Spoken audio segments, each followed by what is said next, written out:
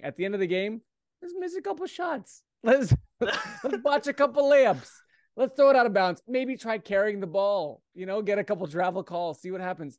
Just get that low number, Yeah. and then you can really really get your stock real high by getting yourself a Wemby. These two brown guys love basketball. Brown guys love basketball. Who doesn't love basketball? So let's talk basketball. I said, let's talk basketball. Welcome back, everyone. My name is Justin. And I'm Sachin. And we are back with a brand new 2023 episode of the Brown Guys Basketball Podcast. Sachin, how was your holidays? It was fantastic. I got COVID. My flight got canceled. I sat here. We promised everyone Vancouver. a live episode, and then Legitimately, you went and selfishly, totally my bad. Yeah, I ruined it all. But Happy New Year to you, Justin, and a happy birthday. Thank you. Yes, for the 26 people now. Wow. Yeah, it's 32. It's catching up to me, man. I don't know what to do. Don't talk about age to me, dog. Like I can't even. But yeah, Justin's birthday is on New Year. So every year I've known him his entire life, all of us go Happy New Year, and then we turn immediately to Justin and we go Happy Birthday, Justin. Imagine being second fiddle on your own birthday every year of your life. I'm so sorry. No, it's I had a fun birthday. We hung out with the family, and hopefully I don't know when you're coming, but hopefully this year when you come, we can kind of do a live one. It's gonna be soon. I owe the family a visit now because I missed Christmas, which everybody was really upset about. No. Shout out, by the way, to Sachin. I'm not sure what show my mom watched, but she saw you in something, texted the group chat and said immediately, just saw Sachin on TV and he was really good. So amazing. Sure she texted me too. It was So Help Me Todd. Oh, nice. I told you I'm in my villain era right now. So I'm just playing these smarmy, like just villains, like chewing the furniture kind of guys playing. They're finally seeing the real version. Justin's known me his whole life. So he's seen this guy. We'll talk about that after the episode. Oh boy, I'm already in trouble. Yeah, no, but it was nice to hear. I always love that because anytime like you're browsing Netflix, when we just like see you on there, it's more fun that you don't tell us the stuff you're in because like it's just like oh my god, there's my friend. It's fun. I like. Yeah, I don't know. I just stopped kind of like saying it because I actually enjoy that too. When people are like, "What are you doing?" Yeah, my favorite was when I was living in Vancouver and I saw you on Arrow because it just like. The first time it ever happened to me, right? So I didn't expect it. And I'm just like, and I'm there doing writing and stuff. So it was like inspiring. It was like, hey, if he can do it, why can't I? Man. Nice. Oh man, if I can do it, anybody can do it, yo. No, that wasn't trying to put you down, but all right, we'll move on. So it's okay. I'll do that for myself. We're good. We have a lot to talk about. A lot happened in the league since we last spoke. It's been just under a month. We kind of took a break. It was kind of a crazy last couple of days. Like it's a good time to come back. First thing on the list that you and I both immediately wanted to talk about was the star power scoring that's going on in the league. So recently in the last 4 days, we saw Klay Thompson go for 50 plus. We saw Donovan Mitchell go for 70 plus. And then we saw Luka in the craziest game with that comeback against the Knicks down. What was it? Down 9 with 45 seconds left. Yep. It's like Tracy McGrady-esque. What's crazy also in both of those two games, the missed free throw recover by themselves to then send it into overtime. Like that to me is nuts. Was that the same Luka game too that he did that in, right? Yeah, it was the same game. Yeah. Like that. What are the like? What's happening in the Matrix right now? It's crazy. It's crazy. And then Klay had 54. Impressive. So the question is, one, who do you think in the league that we haven't seen do that is capable of a game like that? Because now it's kind of like next man up. When you have 3 games like that in a week, everyone's on pins and needles. We've seen Booker do it. I think Tatum, I'm not sure. I think he's had a 50+ point game, but like, is there someone lurking, some undercover agent that you're expecting to have a game like that? Oh man, undercover agent. My actual response is going to be, and unfortunately, it's going to be my same response for so many answers, is Giannis. I thought you were going to just because THT. I think if he, Talon, he's coming. Talon Horton Tucker's coming. He's coming. You best believe. Yeah, go ahead. Yeah, if he has a good shooting game amidst all that he's doing, because he's had some games where he's tight from 3. If he puts that all together and then say he's got like 40 going to the fourth quarter and then gets hot from 3 or something and hits 3 and then also drives the net, because his numbers are actually every game, his numbers are ridiculous. Like we're looking at 71, then Luka 60, 22, Luka 22 rebounds, and then 10 assists, was it? Yeah, it was a triple-double, 22. Should have been more assists, rebounds, but should have been more assists, but nobody on the team can score besides him. So 60, 22, and 10. Later. Yeah.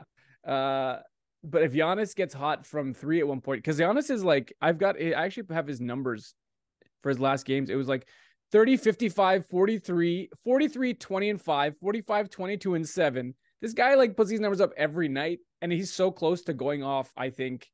So all it takes maybe is one Middleton out game where he's just like, you know what, I'm going to go for it.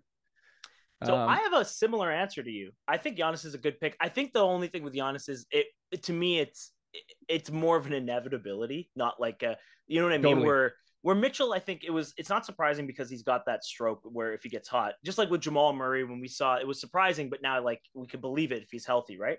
I think another big is someone that could have a game like that because they're so prolific at scoring, and that's the thing they do better than almost anyone in the league, and that's Zion. I think Zion, if he catches fire from anywhere outside of 10 feet, because he's so hard to defend that you have to back up on him, and he is their best scorer. Whereas like Giannis is more in that like championship mode, you know what I mean? And Zion's in that like come out and show everyone who you are mode. So I can see Zion taking 40 shots in the game, but I'm not sure Giannis in a regular season game is going to do that too many times. You know what I mean? I mean, yeah, it seems like that, but if you look at his games, he's getting 50, he's getting 45 pretty consistently. Yeah, like he's right up there. He's right there. But also, you know, I do think Zion is so good because he's also one of those players that are unleashed. And I love players that you unleash. I think another one like that might be like Ja. Yeah. Now, Ja I think could go perimeter guys have a better shot at it because the ball's in their hands more often. Yeah. But Giannis and these two can't be example. stopped when they go to the ring. Like when they go to the ring, when they go to the basket. You got a WWE podcast after Matt, this, right? You have so much wrestling. You have so much wrestling on my brain right now. John Cena's back. I don't even watch wrestling, and I saw that headline, and I was like, all right, good for you. Can't see him. Yeah. So I think the perimeter guys are probably kind of the easy answer. The other guy that I think might have a game like that is, it's not going to be in the near future, but I am curious to see when LeBron finally decides to retire, what his last 5 games looks like. Like, what's his agenda? You know, like the Kobe style. What's his Kobe? What's his Kobe bow out? What's his? I still think the best thing he could do would be a 27-7-7 game. That's his lifetime averages, but he's never actually done that stat line. I think it'd be really cool. Yeah, he's never done it. He's never done 27-7-7. When you say 27-7-7, I just think that's a LeBron James game. No, so he's never done exactly. No, I know that. Yeah. But that's so crazy. Isn't it crazy? Yeah, he's never done it. Yeah, so I think that would be a really fitting way for him to go out. But that's kind of a hard thing to do because what are you going to not rebound if you're at 7? Or are you just, you know what I mean? Like, totally. That's actually probably the problem is LeBron is at 7. He's like, I can get 3 more of those. Yeah, that's a triple double, you know? But I think there's quite a few perimeter guys. I think Ja's probably the best one on that list. Another person that I hate to put on the list is because it's not always good when guys try and do it. Like we saw Booker do it. It wasn't great because they were getting killed in that game, right? So another one I kind of like is a guy like D'Angelo Russell, who just like gets in his bag and is just so like, today's my game, and just chucking it when they're down 20. So that's like a Carmelo Anthony kind of mentality where you're just tossing. Yeah. You know, like that in New York, you can score 60 because he's that guy. Yeah. Sidebar with D'Lo, I think if Minnesota had a different point guard, I think that team would be very good. I think D'Angelo Russell is very good. I don't think he's good for that team. I think he's not good for that team either. But they're hurting without Cat. The whole point of this Gobert trade was so that Cat could kind of unleash himself, play a little bit like easier defense and have more energy on the offensive end. Without him, you clog the lane. It's been tough. That team is so weird. They're the same record. They're the same record without Cat. Like they're still 6-5. Right? No, I'm not. What I mean is like the long-term idea of it is totally. Like I expected there to be some choppiness. Bringing in a guy like Gobert is not imagine bringing in a guy like Gobert versus a guy like Mitchell, right? Like how different your team has to look. Whereas Mitchell, there's defensive deficiencies, but like on offense, he's not really taking anyone out of their flow. But Gobert is he's a unicorn type of player, right? Yeah, and you can hide a guard deficiencies much more than you can a center efficiency. 100%. Deficiency, yeah. Yeah, we don't have to talk about Gobert's post move. He's got the best post move in the history of basketball. The shimmy shake. So God. I think it's more so the discussion is what the NBA, like what the league talent looks like. And the fact of the matter is, if we really wanted to, we could sit down and probably name 20 guys that we realistically think could score 50 points in a win, right? In the league. And I'm not sure how often in the league that was the case. Do you know, it's crazy how many guys can just put Klay, who is having a tough season, just had 54. He has his greatest 3-game average in his career in the last 3 games. Oh, I didn't know that. That's crazy. He has the most points in 3 games that he's ever had in his career in the last 3 games. And I thought that Sacramento game was going to carry him through whatever 3-game stretch he had to battle. Like, it's insane. Yeah, he's crushing it right now. And it's so funny to watch teams how many scores are in the NBA and how they can score like that. Yeah. It's fun to watch. It is also it also kind of proves the point as to where the league is going, right? Like defense obviously wins championships. I get all that, but like the Warriors kind of showed the blueprint on how 42 minutes of excellent defense can still be not enough to win, because a 6-minute run by a team with 3-point shooters can end the game immediately. Yeah. The Raptors the other night were down 16 with 2 minutes to go, and they tied it up to get to overtime. They inevitably lost. And that's the thing. But like, again, the Raptors, the classic Raptors, like they give you that hope and then snatch it away. But it's just, you said it beforehand. They're one of the best bad teams like you've seen. Yeah, because they're right there in every game. They'll play with anybody. Team. They can play with anybody, but they will not get the W. But do you know how bad that is for your long-term future in terms of drafting? Being awful. A really good bad team means you are in the worst zone of drafting you could be. Totally. But, I mean, they got Scotty Barnes, so can't complain. But Scotty B for the future. Anyways, so moving forward here, what do we think of kind of how things have shaken out since we last spoke in terms of the standings? So one team I wanted to talk about was the Celtics, kind of coming back down to earth a bit. It's like a reverse of what happened last year this time of year for them. When they were an average team that like popped off. Now I don't know what's happened to them. It's not that a health issue. Like, Robert Williams came back there. I don't know what's going on. I think the thing is about around halfway through the season, teams start figuring out good teams if they don't have too much of a the Celtics have a great game plan, the way that they play. They're awesome, but it's very specific, right? That's why like when Milwaukee gets to the playoffs, sometimes people get mad at them because they can only play one brand of basketball. Just happens to be ridiculously dominant. So now when you're the Celtics right now, you have to decide to adjust, or do we just keep rolling with the way that we're playing basketball because other teams are figuring us out? They're kind of letting Tatum go right now, because before it was the offense was moving a lot more. But if you look at Tatum's stats right now, they're really kind of just letting let's let Tatum go. Let's guard everybody else. Yeah. And it's very interesting watching them adjust. I kind of think that teams are getting a little bit wise to the Celtics defensive structure as well, which was the point. The way the Celtics turned their season around was not just offensively, they were great, but how much better after the new year they became on defense. But just like in football, when they get enough tape on these guys, if you don't adjust, teams adjust. I mean, I know it's a regular season game, but OKC scored 150 points against a healthy Celtics team. That's crazy. It's insane. You know what I mean? That's like crazy. That's outrageous. So something just to keep your eye out. I don't think they're in trouble or anything. Like these small sample sizes, so much can change, but it's just weird to me because they were rolling so comfortably and nothing really changed. You know what I mean? Like nothing bad happened to them, and now they're losing. It's also such a long season. 82 games is so long. Like you come out really hot because you're so amped, and you're like, we have to do this for another 5 months, and then we have playoffs. No, you're right. It's a long year. The Golden State Cleveland thing so fascinating to me, because 4 years in a row those teams went to the finals. That's 100 games every year. God, that two teams are playing. That's insane. It's so many. I mean? It's so many games. Yeah, the offseason, you must be just icing and sitting in a bathtub. Be like, we're going to do that again next year. I think LeBron's in the hyperbaric time chamber or whatever he's doing. Like, I don't know. Whatever LeBron James is doing and Tom Brady are doing together, they just continue it. And please let us all know what's happening. Yeah, what's in that wine that he's always drinking? That's what I want to know. Totally.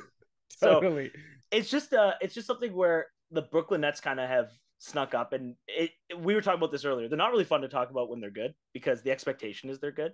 So it's kind of boring. But like moving forward, do you like Brooklyn or do you like Boston? Not in the playoffs, just heading to the playoffs. Who do you like to be a top seed there? It's so funny. From the beginning, I've liked Brooklyn. I just always find they're going to find themselves. And Kevin Durant is somebody I think every team would want as a basketball player when he's playing ball, because all he wants to do is play basketball, and he doesn't need the ball in his hands to do anything. You're just implanting this guy on your team and letting everybody else, because that's why he can be on any team.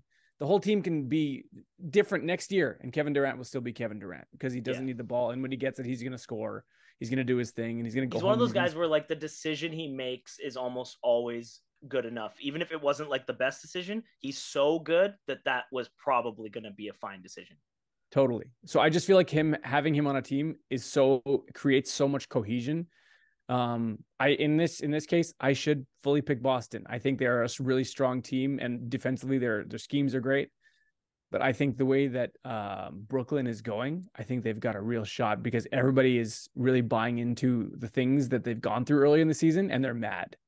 And that is a huge thing that'll carry you through the season, being like, all right, watch this.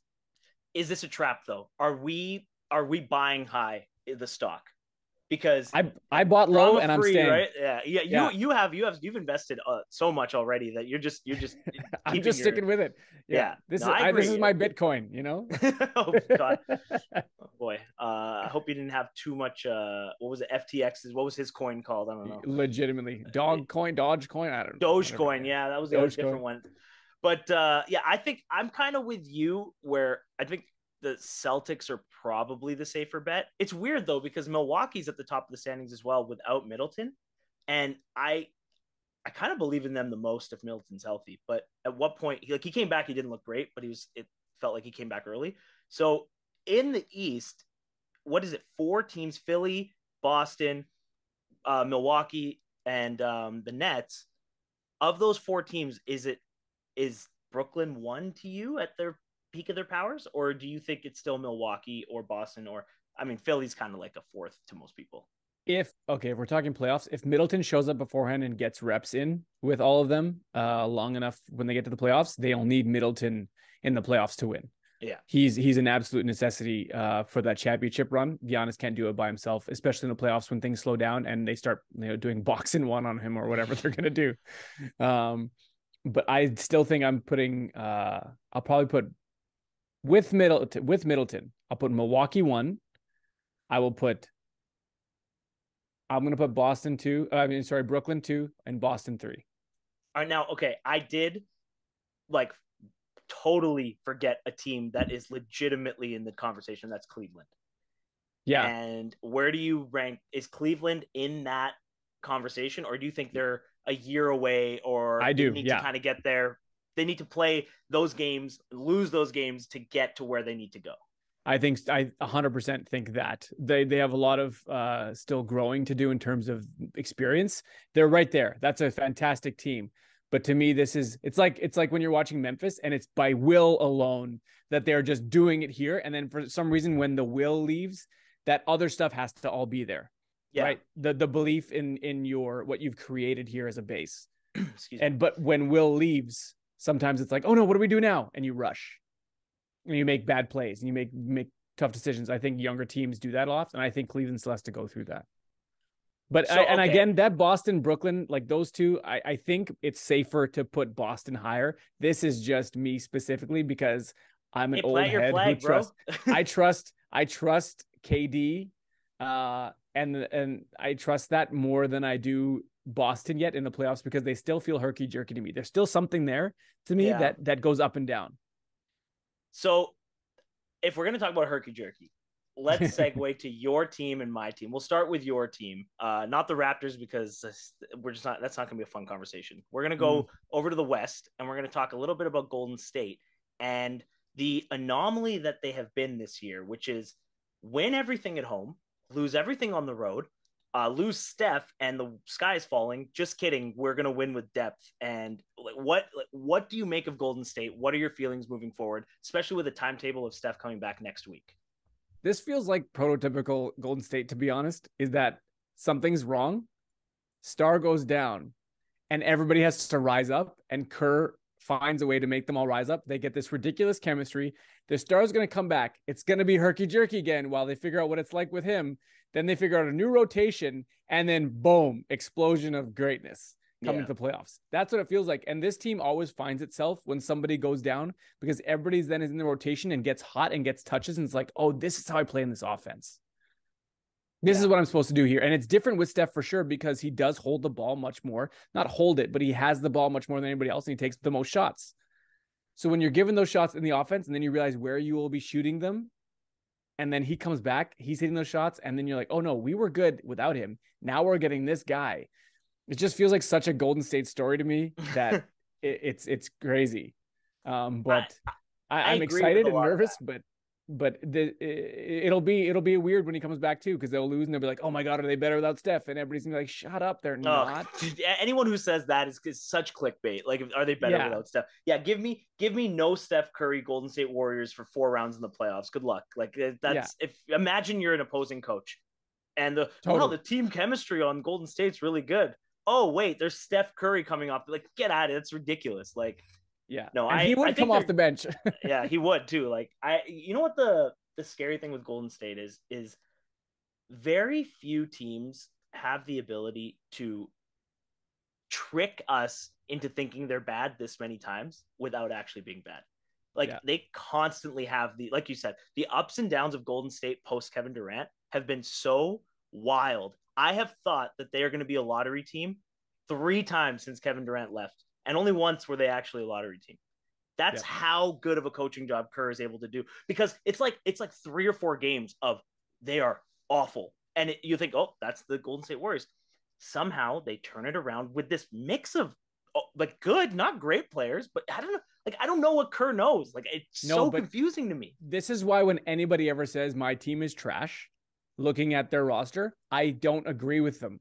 I've seen Golden State go through so many rosters. These players if this group of players, I think in any other locale under a different coach, this is one of the worst teams in the NBA. Oh, for sure. Let's go through it. But Andrew Wiggins was unplayable. He was not unplayable. He was the worst contract in the NBA according to many experts. Yeah. Now he is listed as a asset to Golden State. Think about that. Same guy, same contract. I think he re-upped. So they're paying him the full amount of money, and now he's an asset. We said at the beginning of the season, you and me, I specifically remember when we started this podcast, they just need one of Moody, Kuminga, or Wiseman to hit. And what happened? None of them did. And they're still winning games. Because just blows my mind. There's actually this team, the way that they're playing right now, they have this guy, Anthony Lamb, who is that glue guy. He reminds me of Nicholas Batum, that nobody ever talks about him, but if you have him on your team, he does everything that nobody ever talks about that makes life so much better for everybody. Yeah. And he's that guy that's come out, but also DiVincenzo was starting for this team. Like, Kuminga's off the bench. Looking at this roster of players, I did the same thing last year where I looked at it and I was halfway through the season being like, what? How? Who? Yeah, DiVincenzo hit that 3 to send it to, was it overtime or double overtime? Yeah, he hit a crazy 3, yeah. Wiseman and Wiggins isn't even playing either. Like, it's not just like Steph is out. Wiggins is out too. They're doing this. So when I watch Golden State, whenever I talk to other teams, I say, they've ruined me in a lot of ways for basketball, because I think you should be able to do it with anybody, because I've seen them do it. If they're in the I've NBA. seen that they've made stars. These other players go to other teams now with huge contracts. They're a star-making team. They leave. They're left with this nothing because they've used all their money on contracts. We're like, what are we gonna do? Nothing. We're hooped this year, and then boom. So, all right, we agree. Golden State is sleeper in waiting. We're not gonna fall for the trap. Like, they lost to Detroit last night. Falling for it. I hope. They're still really, really bad on the road. Like, I'm not fully out of the woods yet mentally. They still have, I still think they have unless they're playing against specifically Giannis or maybe Embiid, I think they have the best starting 5. I know that net rating they do. The best starting 5 lineup, or not starting 5, closing 5, which is the Wiggins, Steph, Klay, Draymond, and I can't, off the top of my head, I can't remember the 5th. But pool. So they're going. It's a small ball. You need a bench in the playoffs. Like you need like your starting five can be great, but this team to me, Golden State has always had that bench that comes off and plays really hard, like these guys are playing right now. And I don't know for sure if this is just rising up because Steph is down, and then that might deviate at some point. Yeah, I'm not fully out of the woods mentally yet because I know I saw them at the beginning of the season, and I was like, okay, I don't know if these guys, this bench is the bench that the defensive, aggressive Gary Payton II kind of bench that we need, you know? Yeah, I agree with that. I think the one thing that isn't taken into account a lot when we talk about these playoff matchups is when you're talking about in the regular season, you think about the regular season games, but with teams like Golden State, who have not just been there, but been there so many times, I feel like there's like a 3 or 4 point advantage to that like the moment can get to you when it's your first time. Just like we talked about Cleveland, right? You got to get there, lose those games, and then you've kind of experienced it. Where Golden State, they've gone through it all. I mean, they've won easily, they've won difficult, they've lost to difficult. Like, what haven't they experienced? Down 2-0, they've come back. Down 3-1, they've come back, and they've lost the heartbreakers. So what haven't they gone through? You're totally right. You know that totally, the experience is everything in the playoffs. It's actually it is everything. But you know, the thing about winning in the NBA is when you win, you have to have all of it. It's not something that you can't be missing the bench. You can't be missing whatever. You need all of it because it's such a hard thing to do because you're playing a best of 7 series against 4 teams. Yeah, that's true. Especially in this West where, I mean, honestly, if you put a gun to my head and said you got to pick one team to come out of it, I might pick Golden State strictly on the experience, but there is not a team in the West that I want to marry myself to right now, like at all. You know what I mean? Like totally. Not a single, like, for example, you tell me today that Luka carries the Mavs to the finals out of this West, I believe you. Like I say, yeah, it can happen. Yep. Whereas like there were years where it was Golden State and the rest, and now it's fun, but it also is like it's stressful if you're a fan of any of those teams. Every first round matchup seems like any of the teams could legitimately win. How often does that happen in the NBA? Through 1 through 8, you're not looking, being like, okay, I want that team. You're like, no, oh God, where are these? Oh man. So here's where my point comes in. Yes. Coming in at 10, sneaking up is my Lakers. They're coming up. That's the way they're gonna have to get in because they're not going to the top 8. That's not how they're gonna do it. But I've been relatively it's been fun to watch LeBron because he's been amazing.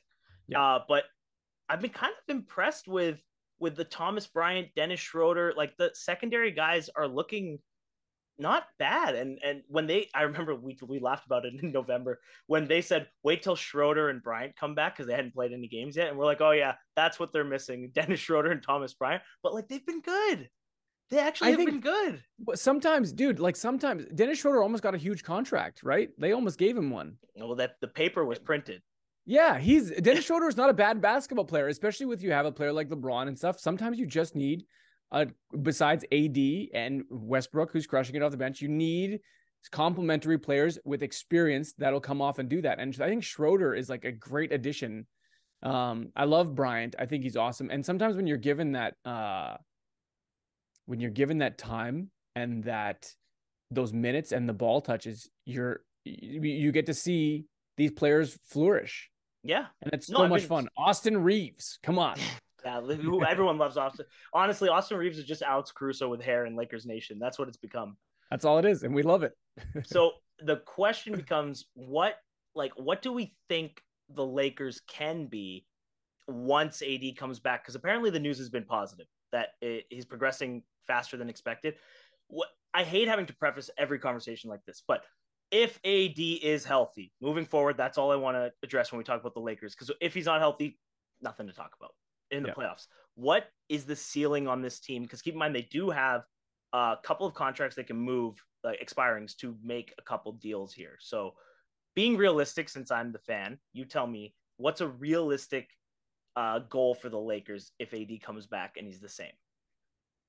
I think you make the playoffs and then you roll from there because of those two, Anthony Davis and LeBron James in the playoffs, in my estimation, if you have a supporting cast that's doing what they're doing, and Russell Westbrook off the bench, like that, you have an MVP. Did Anthony Davis never won MVP, right? No, but he's had MVP style numbers, just never won.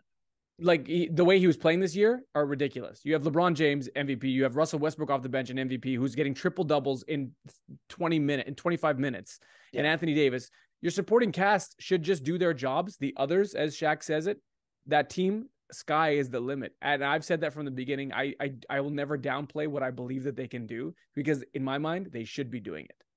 I think my thing with LeBron is, and LeBron and AD especially, I am 100% on board with just get a seat at the dance. You know what I mean? Like, get a ticket, because I don't think any opposing coach is excited about having to game plan LeBron and AD. It doesn't matter the other players. They're gonna come up with a game plan, but like, no matter what, it's LeBron in the playoffs, and we've seen AD obviously the bubble was the bubble, but like when he's at his peak form, that is very hard to defend. Yeah.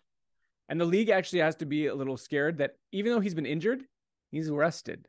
Yeah, that's the difference. That's less games under his belt. So while he's recovering from something, that's a rested Anthony Davis. So at the end of the day, that might be a little bit of a boon. It's funny that AD and Curry went down at the same time. Like, maybe this is a universe. Like, give these guys a break. They're both crushing it. They both go down. It's like, all right, these bodies are going to heal. And we're going to roll through. And we'll get like another like Lakers versus Lakers Warriors. Oh, yeah, that'd be fun. I just it'd be more fun to see it in the second or third round. You know, I do want, as much as I rag on the Warriors, it's a lot more fun when the Warriors are in the playoffs than when Lakers too. We want it. We want it. We love it. We just like to make fun. But honestly, like I'm very impressed with how the Lakers have played, especially last night, beating the Heat without LeBron, no AD. And it was the Schroeder show. And it was German night at crypto.com, which, by the way, I don't know how long that name's going to last, the way crypto's going, but oh my God. Yeah.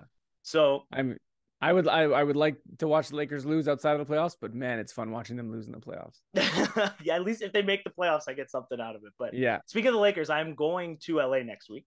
Sweet. My wife surprised me for my birthday for a trip, because I'm an Oilers fan. The Oilers are playing in LA. And we're actually, unless LeBron doesn't play, I won't be going to the game. But I think all signs point to him playing, because he was out with an illness. I'm going to be going to the Lakers and Mavs game. So I'm going to get to see Luka. Both of them, your boys. My boys. So it's funny. I told her, if LeBron doesn't win, if he's not playing, maybe I'll just go and I'll buy a Luka jersey and I'll just support Luka for the night, because I get to see another star play. But yeah, come on, you got to go. If Luka's in town, Nav, hey, claps to you. Snaps. Yeah. So I'm so excited, because I didn't get to go to the Lakers game last time when I went with my friends. So I'm super excited. Going to get some footage there. It's probably the second or last time I'll get to see LeBron play. I don't know where else I'll be able to go, and I don't know how many more years he has left. When Vancouver gets their team back, he'll come to Vancouver. Oh, that'd be sweet. Oh my God, what a missed opportunity Vancouver had to not keep their basketball team. I don't want to talk about it. The fact that I live in a city, or even Seattle, I'm like 2 hours away. I was in Seattle yesterday. I could have just. Oh yeah, that's true. So speaking of games, we you know what we do around here, Justin. We be coming up with games.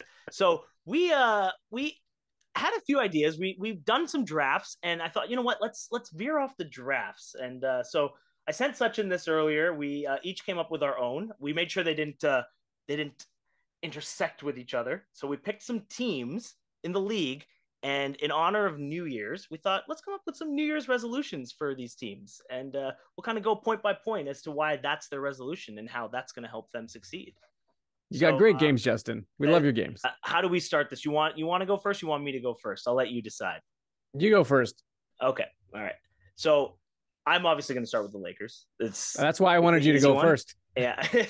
We were just talking about them, so this is an easy one. And it's very simple. Vow to heal the brow. And that's all we need. We, as Lakers Nation, need to just let AD sit a little more when he is healthy and try and get to the playoffs. Try and win enough to get to the dance so he can play all those games. I don't care about these regular season games as long as you can get in. I need AD for those 4 rounds, 7 best of 7s, because at the end of the day, if he's not playing in those games, the season's done. They're cooked. So just please, I don't know what LeBron does with his body, and I don't know why he's not sharing it with AD, but please just give him the formula, give him Michael's secret stuff, and just get healthy for the playoffs. So vow to heal the brow. I love it. You know what scares me the most about that is LeBron probably is giving him what he has taking, and he's still getting hurt from landing or kicking some dude on a rebound. It's just, that's why everybody gets so scared when he moves, because it literally, he just moves one day and all of a sudden it's like, AD gets hurt existing. It's so upsetting. Yeah. It must be so frustrating. It's like, it literally Mr. Glass. And I hate that. I actually hate, I'm at a point now where I feel so bad for him that I would just like him to be completely healthy. Like I'm giving him well wishes, even though I hate the Lakers so much. I would like him just to be able to play. It's because he's so good. He's so like excellent. He plays the game the right way when he's healthy, right? Like he does go to the hard areas, even though he doesn't like playing center, and he focuses on D. So he's a player that you can root for because he's not like a selfish kind of offensive guy, right? And so is he the only player in NBA history that is still playing in his prime and people are saying, what if? Yeah, that's true. I think the only other players that qualify for that are prime players playing on teams that just aren't doing anything. That's probably the only. So it's not a what if on injury, but what if he, was playing with some better players. But you're right. Imagine Anthony Davis in this NBA in an alternate reality, never had injury problems. What would the league be? I think he would be in the Giannis conversation. I really do. I think he'd be a multiple-time MVP. Yeah. I think he might be the best player in the league. He is like, when we talk about Wembanyama, he's a jacked Wembanyama. He can't move as well. Maybe he's younger, but literally he shoots the three. He's in the post. He can move around. He's got a great size for his body. He's built like nobody else. I wish I could. It's a weird thing. And also, I'm not sure what happened to his stroke in the last year, but I think he's starting to shoot the ball better once he got healthy this year. And anyways, that's my Lakers. I love it. Here's resolution. So who you got? It. My New Year's resolution is for the Brooklyn Nets. And it is remember your record in December. Look, they are crushing it. They have such a fantastic record right now. I don't know. They're what? They're 23 and 25 and 13 right now. At the beginning of the season, they were botching it. They were lost. Everybody thought Brooklyn's cooked. They're done. Nobody's going to do anything. But in December, it was silence. We didn't hear any tweets. We didn't hear any drama. Nobody's even talking about Brooklyn, even though they're doing so well. If you can do all of this until we get to the playoffs, you'll be fantastic. Just stay off Twitter, stay off doing all this stuff, play basketball, play angry.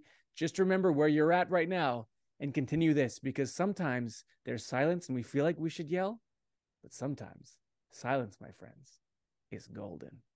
Remember your record in December. What's silence the saying? Is golden. Yeah, no, but the saying about is the quietest person in the room or the loudest person in the room is usually the dumbest, something like that. Yes. And I love how there's a saying about dumb people and I can't remember it. And I'm doing a podcast where I'm talking all the time. So it's like, I'm also always the loudest person in the room. So it's just, I remember that quote aggressively. I think you're right. And when it comes to Kyrie being silent, I did not see this coming. There's my pun for the day. Very nice. So Very nice. I think you're right. They were the hottest team in December, and boring should be the norm for Brooklyn. They should all just take after KD's lead. Like anytime you hear him talking to podcasts, he's like, "Dude, I just want to hoop and go home." Like that's it. Half the time he talks, I feel like he's just like I feel like he's playing NBA 2K while he's talking. You know what I mean? Like he's just always doing something basketball, and it's like totally. He's in the middle of the podcast. He's just pausing the game for a second. He's like, yeah. So okay, that's a good one. So okay, we went Lakers. Now I'm going to talk about a Lakers rival and a player that's near and dear to our hearts from his Toronto days, and that would be with the Clippers. And their resolution is, why not play more games? Why not play more games, Kawhi? We've talked about this before, and I'm going to stress it again. You don't build team chemistry in the playoffs. You build it in the regular season. You can't win in the playoffs if you don't play in the regular season. The whole league every year has shown us this. Yet he is always missing games. There's always something with Kawhi, and it's so frustrating because we have seen him when he builds team chemistry in the playoffs. We've seen the peak of his powers, and it is excellent. but he won't play. Sachin, why won't he play? Man, he is so magnificent. Kawhi Leonard is like watching him play basketball when he's Kawhi. It's like he owns every game. He's the only person you're watching on the court. He's dribbling, he's getting past people, he's palming the ball with his ridiculous hands. I'm pretty sure his fingers touch each other when he palms the ball. Like he is the most insane human on the history of the planet. He's built to do this, and we just don't get to watch him do it almost ever. And you don't build, you're 100% correct. When you get to the playoffs, it's everything that you've been through the year, have we seen, that gets you to the end of the road. It's not like, oh, I'm good enough that I'll just show up. It's not about being good enough. It's making sure your teammates know how to play with you and that they are being built up. And it's frustrating because we don't know what's going on. Like, we actively don't, but it just seems like this is all, again, what's the word? What do they call it? Injury management? Load management. Yeah. Oh my God. It's just so frustrating. The load management. Honestly, we're speaking from a position, we don't know what's going on with his body. And if he needs this time off, I totally understand it. I guess the problem with all of it is they're so tight knit with it that the assumptions on our end start to get made after years of it, right? Like, at some point we're going to start to come to our own conclusions, right? Yeah. And so, I mean, we could have done a Kawhi pun, but it's just like, it's so maddening because, and imagine being a Clippers fan, right? Imagine those four people and how upset they are that their team is just, you have Paul George and Kawhi Leonard, and what have you got to show for it? One conference final game or series, and that's it. With Paul George and Kawhi Leonard and Ty Lue as your coach and a good roster. What do we say about the Clippers? How do we get enough minutes out for all these guys? Like, they have so many good players to play, and we can't get enough minutes for them. But man, and all of them actually do play together really well because they're all pretty unselfish and really smart basketball players that play defense. Yeah. Not just offensively, they play defense. But if he doesn't play right now and he shows up in the playoffs, I think their championship hopes are going to go Kawhi. I like that. So, okay. The Clippers was Kawhi not play more games for their resolution. So who you got next? Yeah. I got my lovely Golden State Warriors. And for this New Year's, until the playoffs and into the playoffs, they have to step up their game on the road. That's the headline. Step up your game on the road because they're atrocious on the road. And when it comes to the playoffs, I don't think they're going to get home court advantage later in the playoffs the way that they've been playing this first start of the season. They've kind of put themselves in a strange position, and you have to win games on the road in the playoffs. So if now they can start winning these games on the road and understand that confidence when they go and how that feels and play Warrior basketball when they're in another arena, they have to be able to do that, because that's like, come playoff time, you have to take games away from the other team. That's like the biggest thing. Because a lot of times you win games on the road in the playoffs against good teams. You win games at home against good teams. And that's what it comes down to, the game 6 or 7 where you steal one, or the early one where you stole one, and then you can just get ahead of them, because all the teams in the West are really good. Yeah. No, I think you're 100% right. I think the one thing that really hurts Golden State in all of this is if you don't start winning on the road, you're also giving these teams that haven't been there before, or a team like Denver who's been there but hasn't like made that extra leap, an extra layer of confidence against Golden State that they otherwise in previous years would not have had, which is, okay, we have 4 of 7 games at home and they suck on the road. So, like, you know what I mean? That swag level goes up a little bit versus previous years. Golden State comes to your building, you're like shaking because you're like, oh man, like home or away, these guys are so scary.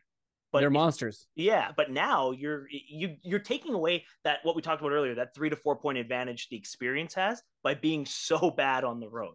Yeah, because that advantage comes into play on the road 100%. That's where it actually shows up, because you should win at home. Yeah, that's such a funny thing about basketball, is how much the home crowd makes you win. I was listening to a J.R. Smith podcast and just talking about the comfort of the corner at the I think it was J.R. Smith, the corner threes at in Cleveland, how comfortable he was in that particular spot. And it made sense when he said it, because he practiced all of those threes in that spot. It wasn't in a road, even though it's the exact same shot. The environment, the look, what you're seeing is, you know what I mean? Muscle memory. All that matters, dude, for sure. No question. I agree with you. Like, that matters a lot. So no, that's a really good one. My next one is just a plea. It's a desperation for a man that I love so dearly, and it's for the Dallas Mavericks. with 5 guys on the floor, someone else has to score.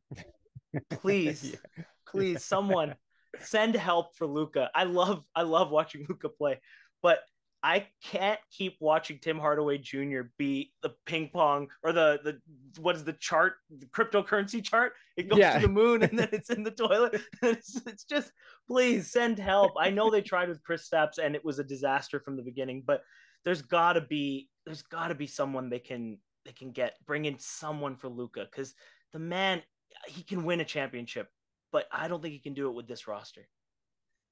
You know how I feel about that statement. Christian Wood looks so much, but I'm sorry. I want him to get help, but I would like him to understand that there is help where he is. And God, I just, because you watch those games, Luka, what was the percentage of his touches? Like, what is his usage rate in these games? Is there something higher than 100? Yeah, it's ridiculous. And I just don't know. I don't know who any of these other guys are really, because I don't know if they ever get the opportunity to show them who they are. Because Luka is like generational talent. We've never seen anything like this guy. And I honestly don't know how to change. I'm not enough of I love basketball. I don't know if I'm enough of a savant to know what to do around or with or how to play with Luka to make that team good. Because I think he can make any team great. I just think the other guys have to be able to find a way to be able to show that out. I think you're right. I think the answer is what I've noticed. So I think LeBron and Luka play very similar offensive games. Defensively, it's night and day. LeBron's bigger, faster, stronger, whatever. But offensively, ball in their hand, which I know you don't love that type of offense. But one thing I really thought served LeBron well was having a guy like Kyrie Irving. Instead of getting him like the Kevin Love seemed like the right kind of fit, right? Bring in a guy who can shoot and he can spread the floor and LeBron can but getting someone who's a secondary ball handler who doesn't need the ball in their hands, not saying Kyrie, but someone like that, which is why I think Jalen Brunson worked well in Dallas. You couldn't afford to keep him. Yeah. And it's a weird thing, right? Watching Jalen Brunson this year, we've both been really impressed that that elevated role, it has not hurt him. He has not become a worse player. He's actually embraced that. So I think that the trap is get someone to catch and shoot for Luka, which I don't think that's actually what you need. I think you need to bring the usage rate down for him to succeed. 100%. I agree. Because look, Jalen Brunson left. He's doing awesome. Kristaps left. Kristaps is having a year, dude. If you're looking at his stats, Kristaps is having a really sick year. That's the guy, right? But under these teams where you have this generational, unbelievable player who really passing the ball seems like a stupid idea, even though he does, but it seems like a stupid idea for him not to have the ball in his hand the whole time. I don't think other players get to find out who they are, and your team never gets an identity besides being that player's team. Yeah, I agree. I it's not that I don't think you can win like that. We've seen. Yeah, I just think that it's harder. Like Dwayne Wade and Bosh, it's a tough example because those 3 players were so excellent that you bring them together, you expect to win anyway. That's why I bring up the Kyrie thing, where the amount that Kyrie took off of the plate for LeBron made LeBron so much more special in those fourth quarters because he's not being asked to do 100% for 4 straight quarters. And that's where I think the Jalen Brunson thing really hurts. And I hope they can find someone like that. I really do. Yeah, it's hard. That's such a tough situation because Kyrie was already in Cleveland. So getting someone like that, who's of that mold is tough. But you're totally right. I think that would really help. Somebody who honestly, if Luka called for the ball, wouldn't pass it to him because he's like, no, I'm doing it. Yeah. And I think Luka would respect a guy who, like, if you see someone who can handle the ball themselves, you call from the ball when someone like, I hate to use the same name, but like J.R. Smith is dribbling it up the court and you're LeBron, you're like, you know what I mean? Give me the ball. Give me the ball. When someone like Kyrie has it, you can back off and comfortably say, this guy knows what he's doing, right? So, and you can sit and you can rest for a bit and not feel stressed. Exactly. So that's my plea to the Dallas Mavericks, Mark Cuban. I know he listens. So please, with 5 guys on the floor, someone else has to score. Beautiful. I love it. Somebody else has to. One more. Right. So what team you got? One more. You know what? This is actually skirting the lines a little bit. I have a couple teams that this is their motto for this year for. I'm picking Orlando, Detroit, Charlotte, OKC, Houston, and San Antonio. My New Year's resolution for you is a resolve. Embrace the trauma and get Wembanyama. Oh, I like that one. That's a good one. Embrace where you are. Embrace who you are. Embrace your team. Guys, this is not about winning this year. Embrace what you're doing. At the end of the game, let's miss a couple shots. Let's botch a couple layups. Let's throw it out of bounds. Maybe try carrying the ball. Get a couple travel calls. See what happens. Just get that low number. Yeah. And then you can really, really get your stock real high by getting yourself a Wemby. I love it. I think that the one thing that's hard in the NBA is telling players to tank. So I think the way to tank, I've always thought this has been my master plan is if you're the coach, if you're the team that wants to tank, first you have to bring in a coach and guarantee them that season will not affect their job status. That's number one. So the coach knows they're in on it, right? Number two, your subs at the end of the game need to be the guys who are most prone to miss rotations.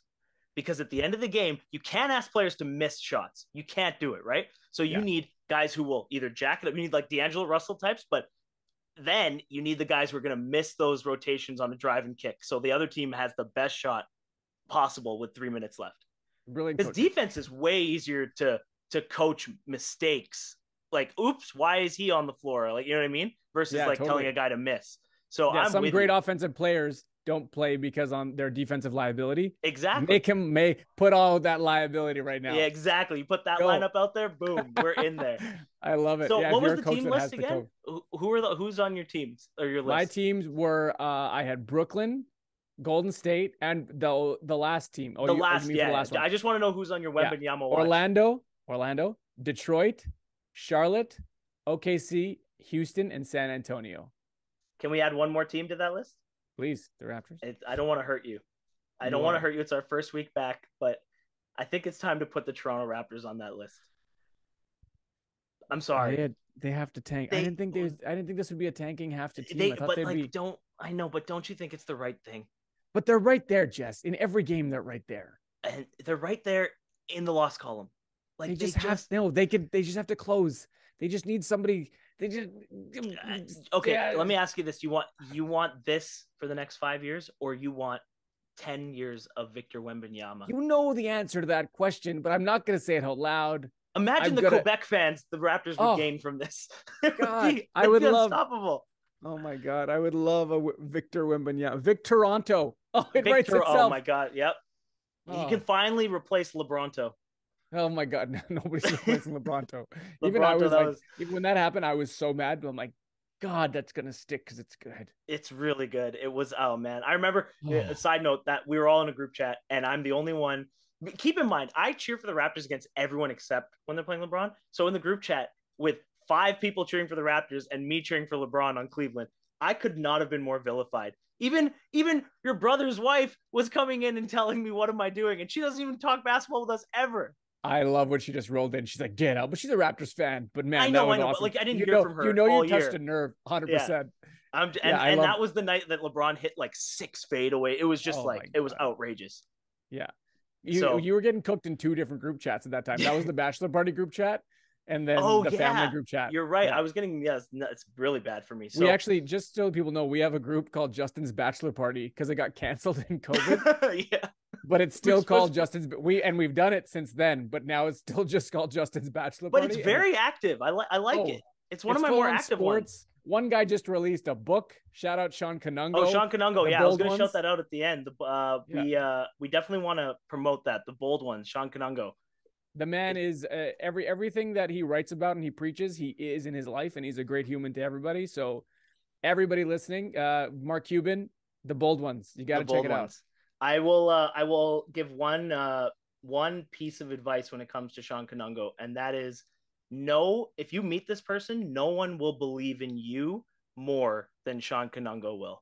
And that is something I've talked to him about 100 times. I'm like, listen, my parents were super supportive, and like you're making them look bad. Like it just the amount of love this man shows me, and I just want to give a huge shout out to him for the release. He worked really hard on this, so I'm glad nobody deserves it more. Yeah, 100%.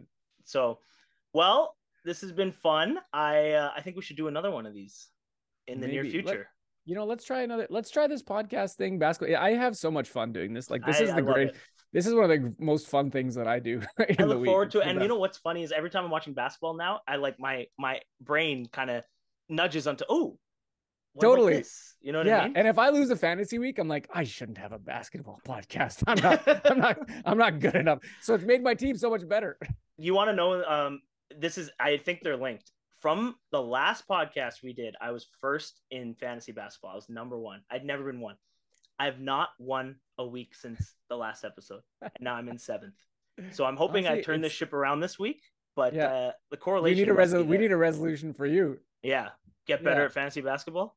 100%. Stop trusting Drew Holiday. I don't know. Stop the fall when it fantasy basketball. Okay, all right. Tough crowd. So, Sach, I will see you next week. Hopefully, we can get one of these out before I leave. And this has been a lot of fun. Really blast, Justin. What do you want me to do? I haven't said it in so long. Hit me, baby. Play my theme song. These two brown guys love basketball. Brown guys love basketball. Who doesn't love basketball? So let's talk basketball. I said, let's talk basketball.